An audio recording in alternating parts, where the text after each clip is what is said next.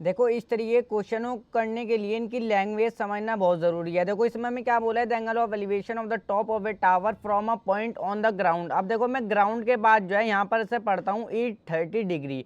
देखो यहाँ पर जो है क्वेश्चन नंबर 4 में जो है एंगल ऑफ एलिवेशन बनता है टावर के टॉप से ग्राउंड पर 30 डिग्री का। अब देखो लैंग्वेज को ध्यान से समझो, विच इज 30 मीटर। विच का मतलब होता है देखो जो, यहाँ पर जो है देखो इसकी एंगल की ही बात हो रही है। Which is 30 metre away from the foot of the tower, यानी कि जो हमारा 30 मीटर दूर है फुट ऑफ द टावर से। देखो यहाँ पर जो है मैंने आपको बता दिया, इस एंगल की बात हो रही है। सबसे पहले तो हमारा एंगल बनता है, मैं बता दिया एंगल ऑफ एलिवेशन बनता है ग्राउंड पर 30 डिग्री का। विच इज जो हमारा 30 मीटर दूर है फुट ऑफ द टावर से, यानी कि ये एंगल जो है हमारा इससे फुट ऑफ द टावर से 30 मीटर दूर है। चलो अब इसको ध्यान से करते हैं पूरे question. Hello everyone, welcome my YouTube channel. देखो प्रीवियस वीडियो में हम लोगों ने एक्सरसाइज 9.1 के 3 क्वेश्चन को कंप्लीट कर लिया था। क्वेश्चन नंबर 4 को देखो, इसके अंदर हमें क्या बोला है, the angle of elevation of the top of a tower from a point on the ground which is 30 metre away from the foot of the tower is 30 degree, find the height of the tower. देखो question number 4 में जो है angle of elevation बनता है tower के top से ground पर 30 degree का। 30 डिग्री का। अब देखो जहाँ पर ये एंगल बनता है ना 30 डिग्री का, यानी कि जिस पॉइंट पर ये एंगल बनता है 30 डिग्री का, वो पॉइंट जो है फुट ऑफ द टावर से 30 मीटर की दूरी पर है। अब देखो हमें इसमें क्या करना है, find the height of the tower. हमें जो है इसमें टावर की हाइट को फाइंड आउट करना है। तो देखो डायग्राम भी हमें इस क्वेश्चन में खुद से बनाना है। तो डायग्राम हम इसमें किस तरीके से बनाएंगे, सबसे पहले तो हम जो है देखो ग्राउंड बना लेंगे। मैंने ग्राउंड बना लिया और इस पर जो है ये टावर खड़ा हुआ है। ये ए बी हमारा क्या है, देखो टावर है। इस पर ये जो है टावर खड़ा हुआ है। अब देखो क्वेश्चन में हमें क्या बोला है, टावर के टॉप से जो है एंगल ऑफ एलिवेशन बनता है ग्राउंड पर। ग्राउंड ये रहा हमारा, ग्राउंड पर, और 30 डिग्री का बनता है। ये कितने का बनता है, देखो 30 डिग्री का।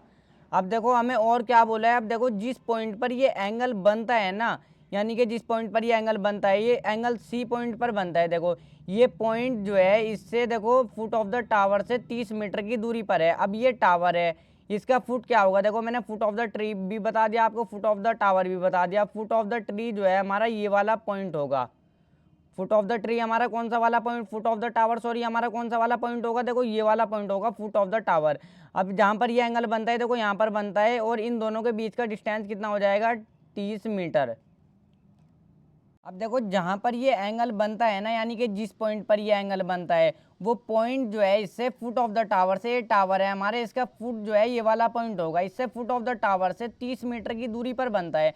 अब देखो यानी कि इन दोनों के बीच का डिस्टेंस जो है वो 30 मीटर हो जाएगा। अब हमें जो है देखो इसकी टावर की हाइट को फाइंड आउट करना है। इसकी हाइट को जो है मैं लेट एच रख लूँगा।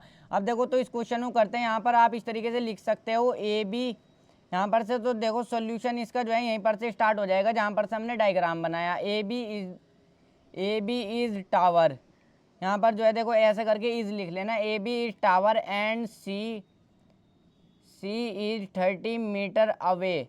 अवे मीन्स होता है देखो दूर, C 30 metre away from the foot of the tower, from foot of the tower. देखो यहाँ पर जो है ऐसे लिख लेना, ए बी टावर, ये जो ए बी है ये हमारा टावर है, and C 30 metre away from foot of the tower, और ये जो सी पॉइंट है ना, इससे फुट ऑफ द टावर से 30 मीटर की दूरी पर है, यानी कि इन दोनों के बीच का डिस्टेंस 30 मीटर हो जाएगा। तो देखो बिल्कुल आसान क्वेश्चन है। एक साइड वो वाली ले लूँगा जो सी फाइंड आउट करनी है, एक साइड वो वाली ले लूँगा जो गिवन है मुझे।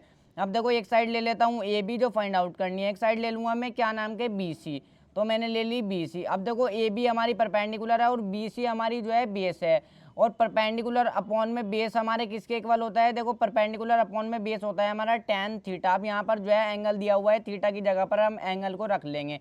तो बस इसको सॉल्व कर लो। tan 30 की वैल्यू होती है हमारी 1/√3 is equal to A B की वैल्यू हमारी कितनी है, देखो ए बी की वैल्यू तो मुझे फाइंड आउट करनी है, इसकी जगह पर एच रख लेता हूँ। देखो मैंने इसको एच रख लिया।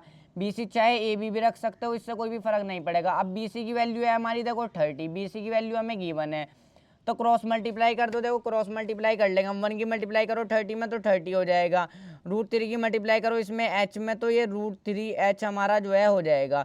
अब देखो यहाँ पर 30 है जो √3 इसके साथ मल्टीप्लाई में है, h के साथ नीचे डिवाइड में आ जाएगा, इज इक्वल टू h। अब देखो यहाँ पर ये हम जो है नीचे कभी भी रूट वाली वैल्यू को नहीं छोड़ते, तो इसको जो है हम रेशनलाइजिंग कर देंगे। 30 √3 इंटू में ऊपर नीचे इसी डिजिट से मल्टीप्लाई कर देंगे, आप जानते हो इज इक्वल टू एच। अब देखो यहाँ पर जो है 30 की मल्टीप्लाई करो √3 में तो 30 √3 हो जाएगा, और √3 की मल्टीप्लाई करेंगे √3 में तो हमारा जो है 3 आ जाएगा, इज इक्वल टू एच। अब 3 10 30 ये कट जाएगा, तो यहाँ पर देखो एच पहले लिख लेता हूँ, इससे कोई भी फर्क नहीं पड़ेगा। 10 √3 जो है हमारा मीटर, ये जो है हमारी इसकी टावर की हाइट हो जाएगी। आप नीचे इस तरीके से भी लिख सकते हो हैंस। देखो हैंस का मतलब होता है इस तरह जो है इसकी हाइट जो है टावर की, HEIGHT, the height of the tower, the height of tower is 10 √3 metre. तो यही जो है देखो आंसर हो जाएगा। देखो बिल्कुल आसान सा एक क्वेश्चन था, इसको जो है ध्यान से कर लेना।